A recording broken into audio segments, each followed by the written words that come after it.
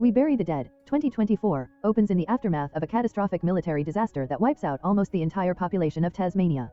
An experimental weapon accidentally deployed by the United States military creates a massive electromagnetic pulse that causes immediate neural failure in every living creature on the island. Millions die instantly. News broadcasts describe entire towns becoming silent graveyards while governments struggle to respond to the unprecedented tragedy. The island is sealed off, fires continue burning across Hobart, and the military begins organizing recovery operations. Amid the chaos is Ava, an American woman desperately trying to find her missing husband Mitch, who had been attending a corporate retreat near the coastal town of Woodbridge when the disaster happened. Refusing to accept that Mitch is dead, Ava volunteers for the body retrieval units allowed into Tasmania. The military warns volunteers that some of the deceased have started showing strange signs of movement. According to officials, a small number of victims are mysteriously coming back online. The soldiers insist these revived bodies are slow, harmless, and no longer truly human, but the rumors deeply unsettle the volunteers. Ava arrives at the disaster zone carrying only hope that Mitch may somehow still be alive. The atmosphere across Tasmania is bleak and horrifying. Smoke fills the air, helicopters constantly fly overhead, and piles of corpses line the ruined streets. Volunteers move from house to house retrieving bodies while trying to avoid emotional breakdowns. Many cannot cope with the endless death surrounding them. Ava struggles mentally during the recovery missions because every dead body reminds her of Mitch. She experiences haunting memories of their relationship and the future they once imagined together.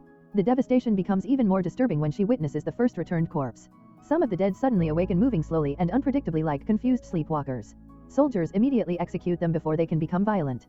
Ava is assigned to work alongside Clay, a rough but charismatic Australian volunteer. Clay uses crude humor, alcohol, and drugs to hide his fear of the situation around them. At first he seems insensitive and reckless, but he slowly becomes Ava's closest ally. Unlike many others, Clay does not judge Ava for refusing to give up on Mitch. During retrieval operations, the two bond while carrying corpses through ruined homes and abandoned streets. Clay begins noticing how emotionally attached Ava remains to the idea that Mitch might still be alive. As they continue working, Ava becomes increasingly disturbed by the behavior of the revived dead. One man they encounter inside a garage appears frightened and aware rather than mindless. He stares directly at Ava as though trying to communicate. Another grieving mother desperately insists her dead son will wake up again moments before soldiers shoot him. Ava starts questioning the military's explanation that the revived are simply empty nervous systems reactivating after death. She wonders if fragments of memory, fear, or identity still survive inside them. The conditions inside the volunteer camp worsen every day. The smell of decomposing bodies hangs permanently in the air, tensions grow between soldiers and civilians, and many volunteers mentally collapse under the horror of their work. At night, survivors try distracting themselves with drinking, music, and parties while helicopters circle overhead. Clay and Ava open up to each other during these quieter moments.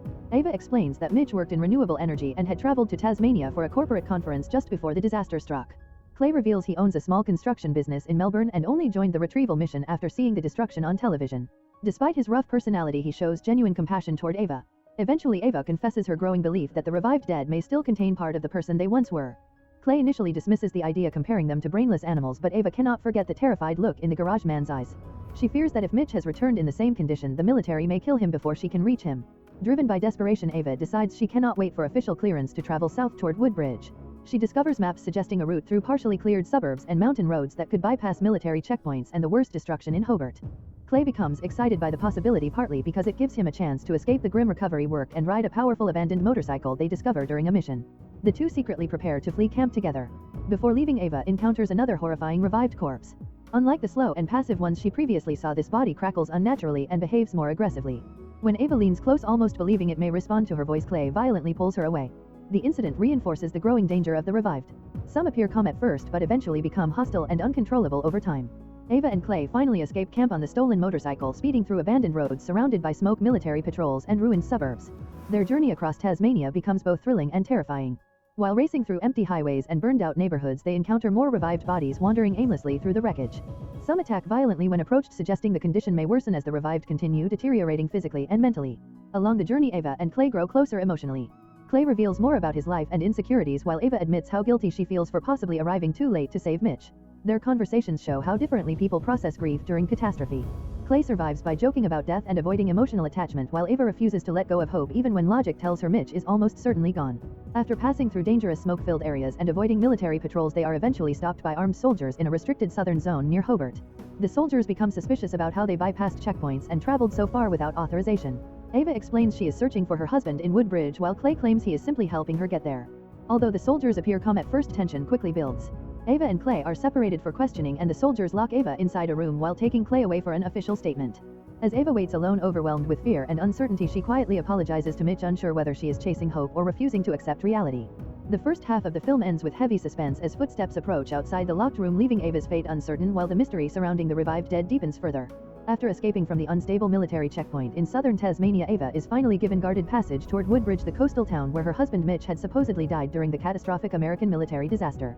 The island remains a haunting wasteland filled with burned towns, silent roads, drifting ash, and strange reanimated corpses that occasionally return to life after death. These returned people are not fully human, yet not completely mindless either. Throughout the journey, Ava struggles with the terrifying possibility that Mitch may be one of them. The soldier escorting her reveals more of his personal tragedy during a stop at an isolated farmhouse. He explains that his pregnant wife Katie died in the Pulse event while visiting family in Tasmania. He found her body sitting peacefully at the breakfast table exactly where death struck. Unable to cope with losing both her and their unborn child, he buried them himself beneath a tree in her childhood backyard. The soldier confesses that seeing his wife's body gave him closure, and he believes some of the returned dead come back because they still have unfinished business. His obsession with this idea has clearly pushed him towards psychological collapse. As night falls, the soldier's grief mutates into delusion. He forces Ava into Katie's clothes and asks her to wear Katie's wedding ring while they slow dance together to romantic music through headphones. For a moment he imagines Ava is truly his dead wife returned to him. Ava tries to remain calm because she needs him to continue helping her reach Mitch, but when she refuses to remove her own wedding ring and replace it with Katie's, the fantasy shatters. The soldier becomes unstable and aggressive, insisting they start again. Terrified, Ava locks herself inside another room while he pounds on the door, ranting that Katie and the unborn baby are still alive and waiting for him. Desperate to escape, Ava hides inside a storage room where a chained reanimated corpse snarls in the darkness. The soldier eventually enters, searching for her, still pleading for another chance to recreate his fantasy. However, the undead creature attacks him violently. Ava watches in horror as the soldier is mauled and killed. Using his keys, she finally escapes alone and continues toward Woodbridge. As she drives through the ruined coastline, flashbacks reveal the truth about her marriage. Before the disaster, Ava and Mitch had been emotionally drifting apart. They were struggling with infertility and arguing constantly about starting IVF treatment. Feeling lonely and disconnected, Ava cheated on Mitch shortly before he traveled to Tasmania for a work retreat. Racked with guilt, she rushed to the island, believing that if she could somehow find him alive or even partially alive, she might still repair their broken relationship. Eventually, Ava reaches the devastated Enso resort near Woodbridge where Mitch was last seen. The once luxurious seaside retreat is now abandoned, filled with broken windows, rotting bodies, and eerie silence. While searching the resort grounds, Ava is attacked by another aggressive returned corpse. She barely survives fighting it off with an axe before barricading herself inside a small building.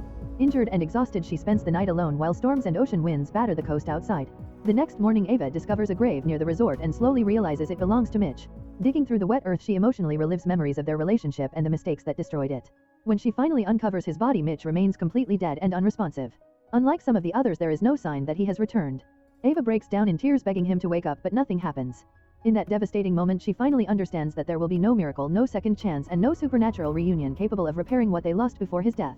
Soon afterward, Ava reunites with Clay, the rough but loyal volunteer she traveled with earlier in the film.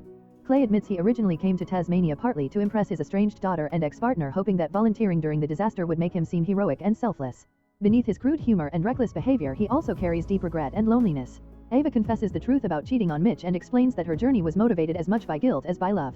She hoped finding Mitch would somehow erase her mistakes and restore meaning to their relationship. Clay listens without judgment, understanding that both of them came to the island trying to escape failures in their personal lives. For the first time in the film, Ava begins accepting reality instead of chasing impossible hope. She realizes the returned dead are not opportunities for redemption but tragic remnants of interrupted lives. Clay and Ava slowly form a genuine emotional connection built not on fantasy but honesty and survival. As they continue traveling together along the coast, they encounter more evidence that the returned corpses are evolving. Earlier reanimated bodies were slow and confused, but now many appear increasingly hostile, emotional, and reactive. Some even seem capable of fragmented memory or instinct. The infection or whatever force revived them appears to be changing over time. During one stop on a deserted road, Ava notices a lone reanimated woman standing motionless near an abandoned vehicle.